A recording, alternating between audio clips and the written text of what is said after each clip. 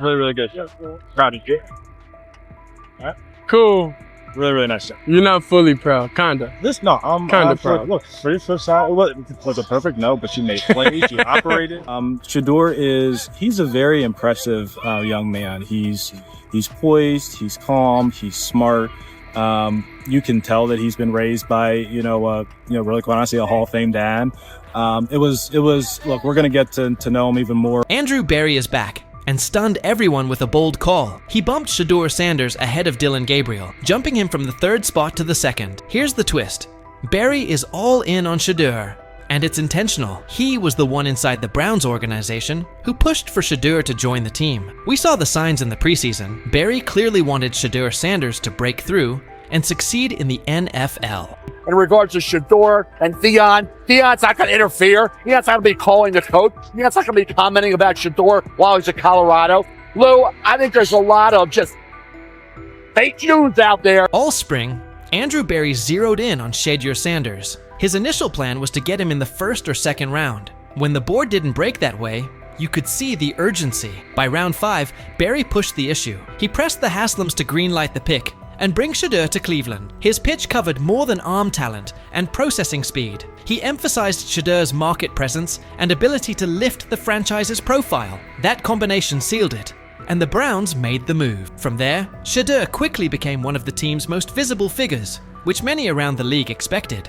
Cleveland then moved Kenny Pickett, narrowing the depth chart traffic and giving Shedeur a cleaner runway to compete for meaningful snaps. The message was simple: opportunity is coming, and the path is clear. After a strong preseason debut, Berry sought Shedeur out and delivered direct praise. That wasn't a routine pat on the back, it was a deliberate public endorsement. It signaled how the Browns view him, not just as another quarterback on the roster, but as a priority investment with both on-field upside and off-field impact. The organization's actions, draft capital, roster moves, and visible support line up behind the same idea. They're betting on Shedeur Sanders and intend to give him every chance to grow into a central piece of this team. Really, really good. Proud of you. Cool.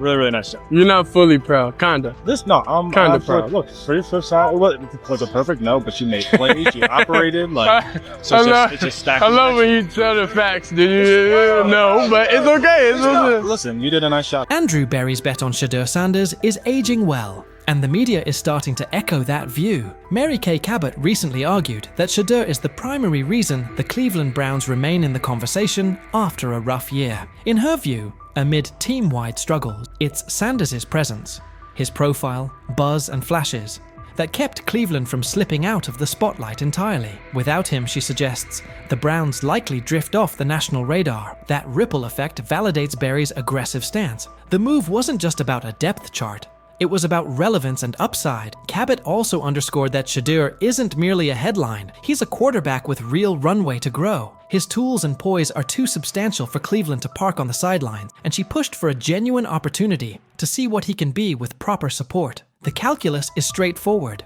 If he meets expectations, the Browns have a young centerpiece. If he doesn't, the organization can still reassess and pivot. Either way, the signal is clear. Berry's conviction in Shedeur Sanders has positioned Cleveland to capture attention now, while exploring a ceiling that could reshape the team's future. It was too much value to pass up there, a developmental quarterback that they could take a look at and just kind of see what they had. Right now, his upside clearly outweighs the downside. It's a bet the team can't ignore. After Shedeur Sanders' tough preseason outing, when critics jumped in, Andrew Berry didn't let it drift. Instead of excuses, he acted. He pulled the entire offensive line that had been on the field with Shedeur. That decision shook the building and made the front office's stance obvious. Protect the quarterback, give him a fair evaluation, and set him up to succeed. It signaled full investment in his development. Berry's move wasn't just a swap of personnel, it set a standard. He pushed for accountability, demanded changes, and focused on building a setting where Shedeur can grow instead of being put in losing spots. It's one of the strongest steps in reshaping the Browns roster and shows real trust in Shedeur's trajectory. There's also a bigger plan here. These choices aren't only about one game. They're tied to the long-term quarterback picture. With Dillon Gabriel's physical limitations and Kenny Pickett gone, the front office knows it needs a quarterback who can handle NFL speed and punishment. The post-Joe Flacco roadmap depends on getting this decision right. After all of that, Kevin Stefanski's latest comments flipped the tone. He's now publicly backing Shedeur's growth, regardless of outside noise. That's notable because Stefanski previously downplayed Shedeur's upside and critiqued him. With Pickett out of the mix, the focus has shifted. Shedeur's size, strength, and on-field tools are giving him a real edge over Gabriel. While there are ongoing questions about Gabriel's frame, Shedeur looks like the more complete option. That difference could be what pushes him up the Browns' depth chart.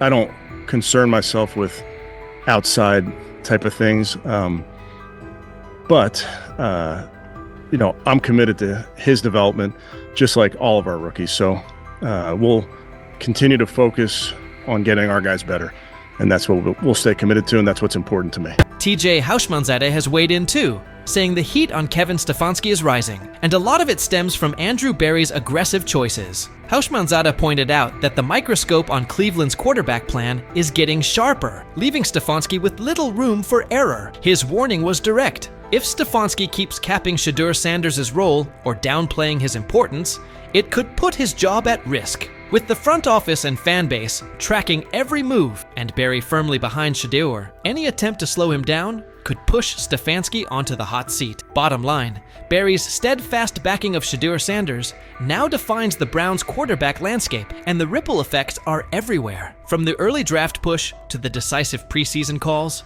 Berry has made it clear he intends to give Shedeur a real runway. That stance hasn't just shifted the depth chart, it's also forced key figures, Stefanski included, to recalibrate their approach. What used to be a conversation full of doubts about Shedeur's ceiling has turned into a high-stakes pivot point, with Berry's conviction driving the agenda. As the pressure builds, Stefanski stands at a decision point. The spotlight on Shedeur, the expectations from fans, and the backing from the front office leave minimal margin for missteps. Stefanski has to balance his system with the reality that Berry's faith in Shedeur is now central to the team's direction. The future of the position in Cleveland may hinge on how well Stefanski manages that balance. With Berry all in, the trajectory looks promising, but Stefanski's choices in the coming months will determine whether Shedeur's rise takes off or stalls. What's your read on Andrew Berry's aggressive approach and the pressure on Kevin Stefanski? Do you back Berry's unwavering commitment to Shedeur Sanders? Or is it too much risk for a young quarterback? And how do you feel about Stefanski's shift in tone, given his earlier skepticism? Share your take below. Does this pressure cooker sharpen the Browns, or set them up to stumble? So he says, this is exactly what he says. I'm told the footage of Shedeur Sanders meeting with the Giants is so bad that both the Browns and the Sanders family have threatened legal action if it is What in the NFL is happening right now? The New York Giants just leaked a draft interview recording with Shedeur Sanders, and fans are completely freaking out. Did Shedeur take some shots? Did the Giants forget what the word confidential means? Or did someone accidentally hit reply all on something that was supposed to stay locked away? Get ready, because this roller coaster involves hot mics, bad takes, and a whole lot of drama. What happened with Shedeur on draft night to make him fall to the 5th round, and them talking about the Giants coming out with all that information talking about Shedeur did bad, bombed the interview, all that type stuff. We all know my last video when I talked about the interview tape about Shedeur did not get a playbook.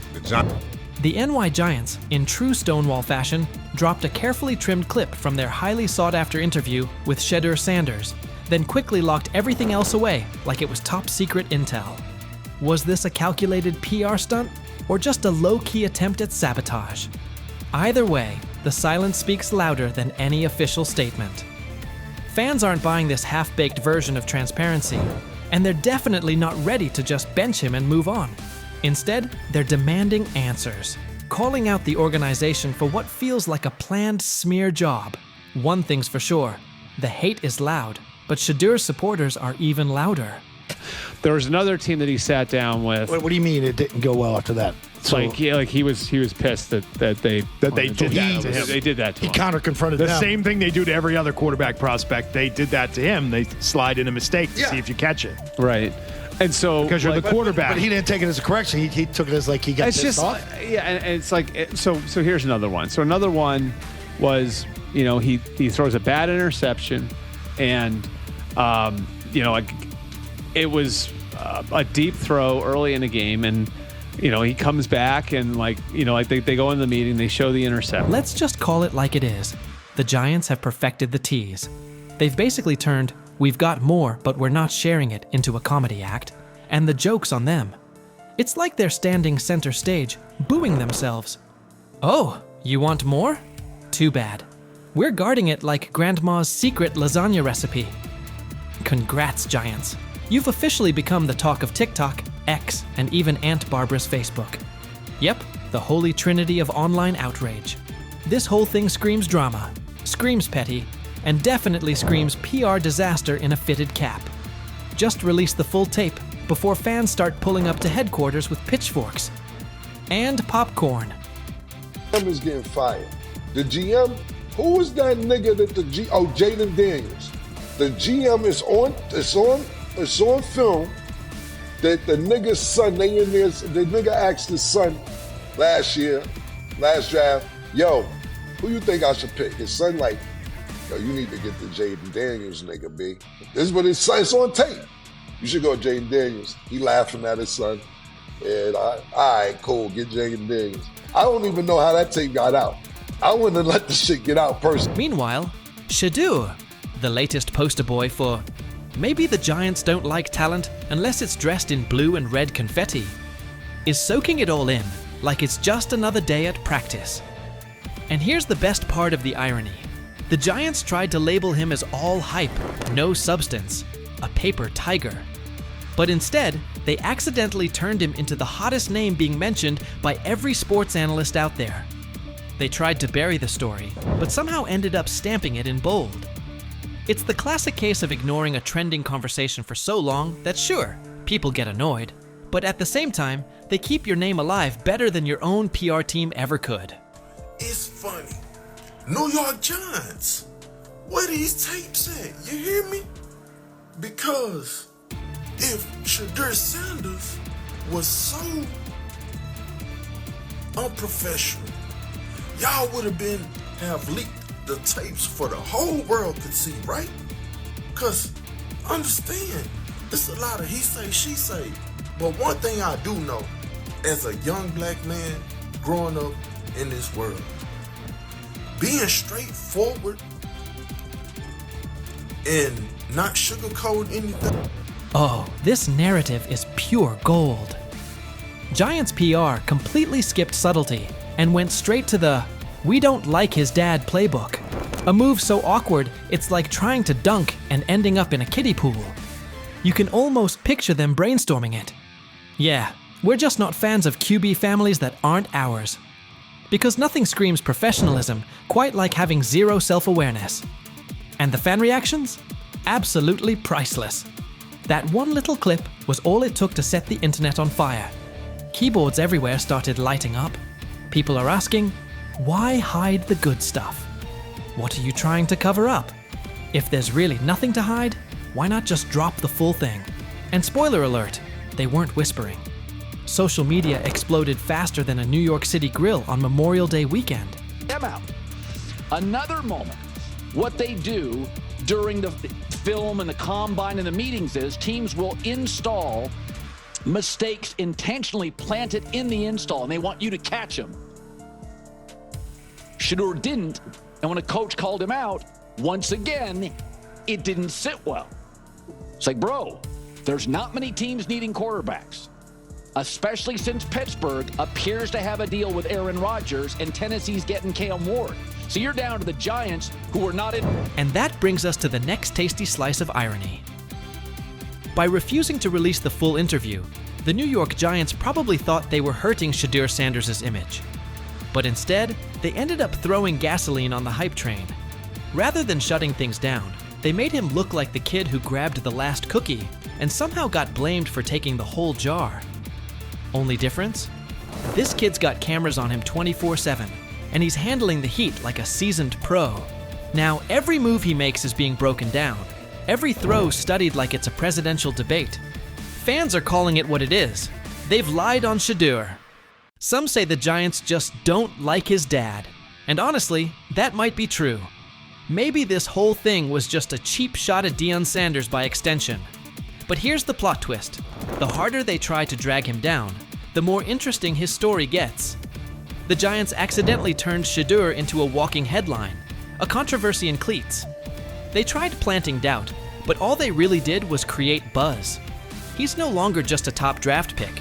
He's now a symbol of resilience, a narrative goldmine, and living proof that real talent doesn't fold under pressure.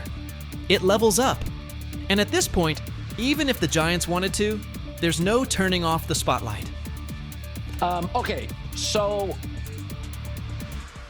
probably the most fun yet the most difficult thing I cover and we cover all year long is not games. It's the NFL draft. Because I've said this many times, you get lied to for a month to 2 months up to it. And so often during the draft, and every few drafts, there's a guy that really falls, precipitously falls. This year it was Shedeur Sanders, it's been Aaron Rodgers, it's been Dan Marino. Every few years somebody falls a lot. And so, but those stories don't come out until like the fall and after. Let's not overlook the fact that the hate is so strong, you could bottle it up and sell it as radioactive cologne. You can practically watch it leaking out of Giants HQ like toxic sludge straight out of a bad superhero origin story. But here's the twist. Maybe that's their superpower. Maybe the New York Giants really believe they're cooking up some secret formula, a cocktail of manipulation and media spin. But here's the thing. Every bit of shade they throw at Shedeur Sanders only makes his story bigger. Every time they try to box him in as some overhyped diva or question his character, they accidentally hand him another viral moment. And now, he's the underdog hero rising through the smoke. Let's be real. This isn't just about football anymore. This is about narratives, control, and how the establishment absolutely loses it when they're no longer holding the pen. And the real kicker? They still won't release the full interview. You've got NFL fans, media heads, and entire Reddit threads all chanting, "Drop the tape." Like it's some long-lost Beatles album. Meanwhile, the Giants are just sitting there, staring into the void like nobody saw this mess coming. Now, I don't know if it ever gonna get leaked or not. The tapes, the New York Giants have the tape. They definitely have the tape. It's confirmation that they have the tape. Shedeur didn't do nothing. It's what they saying he did. I'm gonna tell you what these mixed reaction right here. So we already know about the New York Giants, but the Pittsburgh Steelers head coach Mike Tomlin reported Miles Sanders' talent, but hesitated to draft him due to previous challenges with quarterbacks like Russell Wilson and Justin Fields, leading to more cautious approach. Las Vegas Raiders. Sanders met with Raiders at the NFL scouting combine and expressed enthusiasm about potentially joining the team. His familiarity with the West Coast offense and quick release was noted positive, though concerns about his ceiling. Was out there, I talked to Denzel Ward. Yep. I talked to some, but I didn't say the name. But anyway, I done talked to some people. He looked different. There's a difference when that young bull is out there spinning that ball. You hear me? Mm-hmm. Difference. I'm talking about football. I ain't talking about no media and all that hoopla and all them, on Twitter, they putting up the numbers. Some he was 10 for 12 for 2 touchdowns. I'm talking about when he's at the helm, he looks different. Whether he's going with the first team, second team, or third team.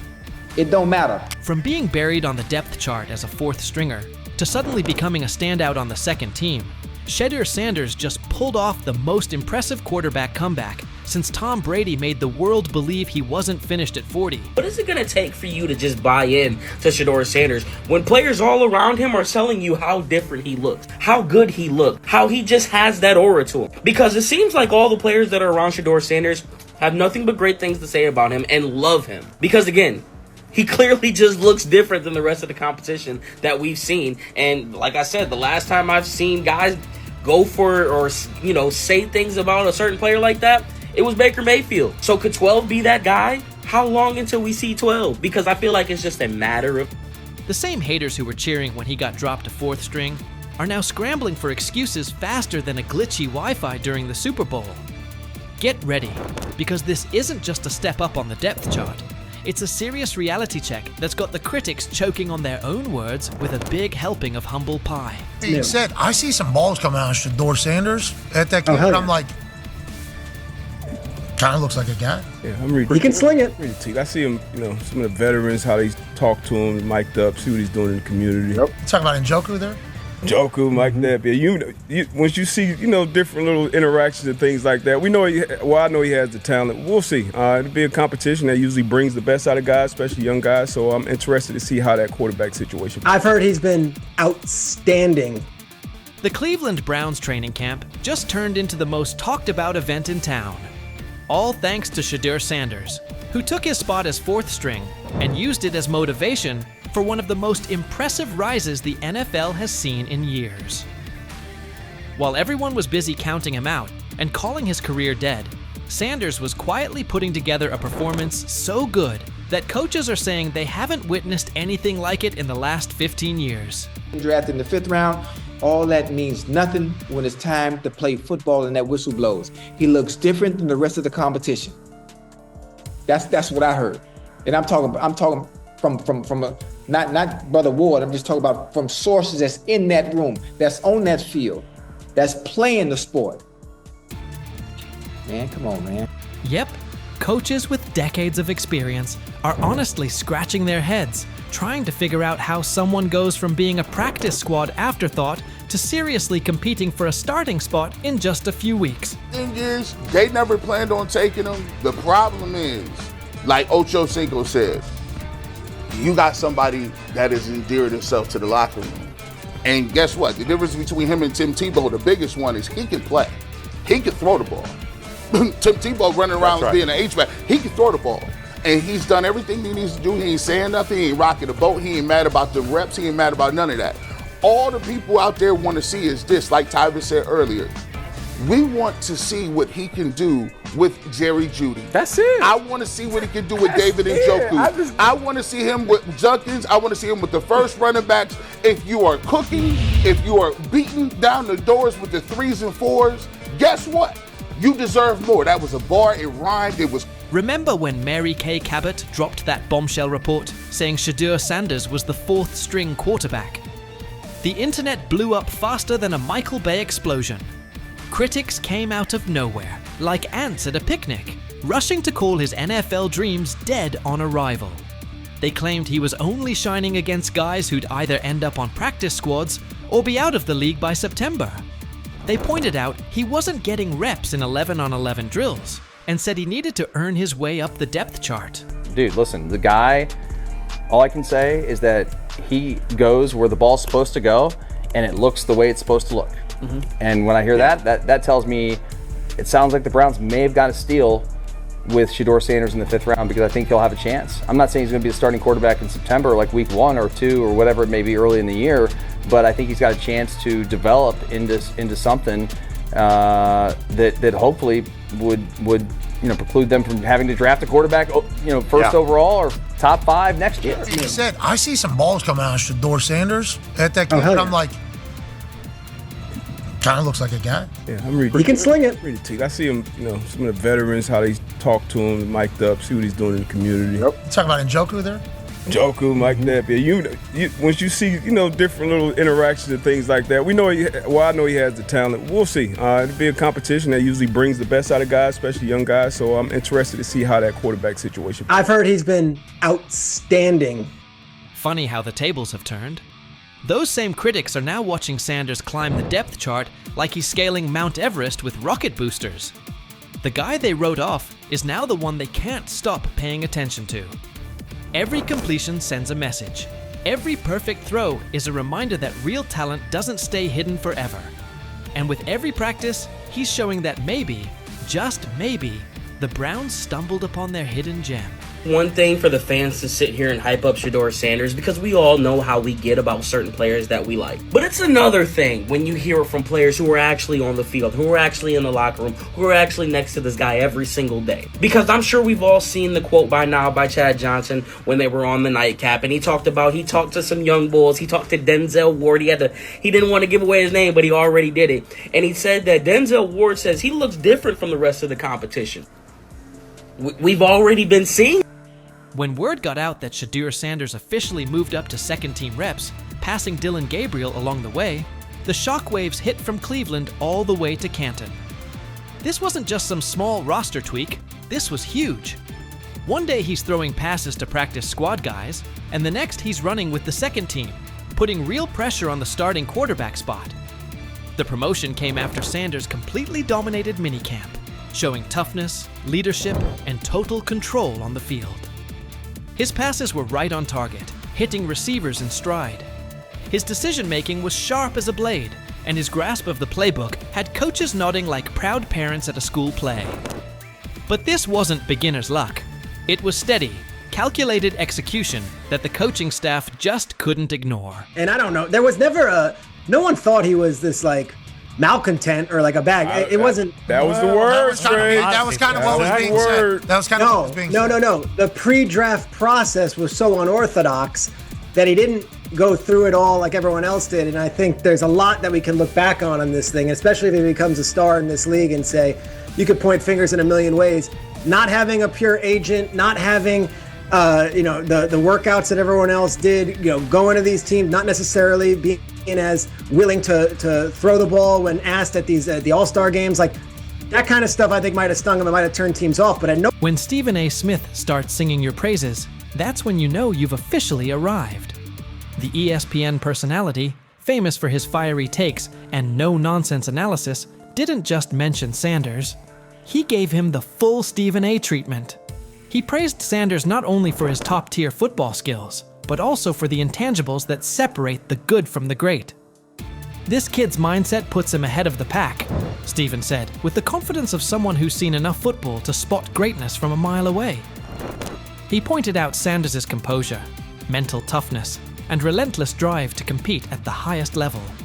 When Stephen A. says, "It's not just about throws and stats anymore," you better believe the whole football world is paying attention. But this stuff wasn't made up. I covered the draft for ESPN. I'm sitting on the desk. It's Shefty, it's Mel, it's me, it's Lewis. I heard some of the same things that Deion Sanders is talking about. And S.A. and Kenton, you know this, we all have relationships. We all have people who tell us information, they help us prepare to do our job. I heard some of the same things. Some of these things weren't necessarily made up, at least I don't think, from the people that I trust who told me these things. And so